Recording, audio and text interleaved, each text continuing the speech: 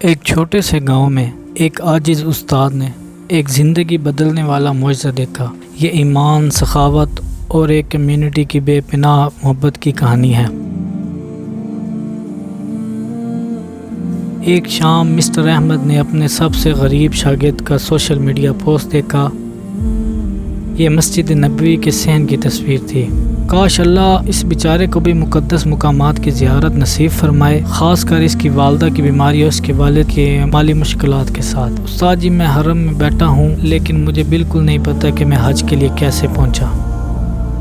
ایک ہفتہ پہلے مسجد سے گھر جاتے ہوئے نے کسی کے موبائل سے لبیک اللہم لبیک کی آواز سنی۔ وہ جذباتی ہو گیا اور دیوار کی اوٹ میں جا کر رونے لگا اور لبیک اللہم لبیک پڑھتا رہا۔ ایک گھنٹے بعد ایک آدمی اس کے پاس آیا اور پوچھا کہ کیا اس کا پاسپورٹ بنا ہوا ہے؟ جی بنا ہوا ہے۔ پھر تیار ہو جاؤ، حج کے لیے تمام اخراجات میں برداشت کروں گا۔ تیاریاں کرتے وقت بھی اسے یقین نہیں آ رہا تھا کہ یہ سب کیسے ہو رہا ہے، لیکن آدمی نے اس کی رہنمائی کی، کافی پیسے دیے اور جہاز پر سوار کروا دیا۔ جب آپ نبی پاک صلی اللہ علیہ وسلم کے حضور پہنچے تو ان کو میرا سلام کہنا اور ان سے کہنا کہ حضور میرے لائق کوئی اور خدمت ہے۔ ایک اجنبی کی مہربانی، اللہ کی مرضی سے شاگرد کی دعائیں قبول ہوئیں۔ یہ ایمان کی طاقت اور سخاوت کے غیر معمولی عمل کی یاد دہانی ہے جو زندگیاں بدل سکتے ہیں۔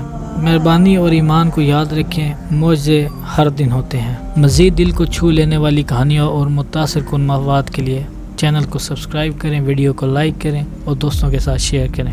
جزاک اللہ۔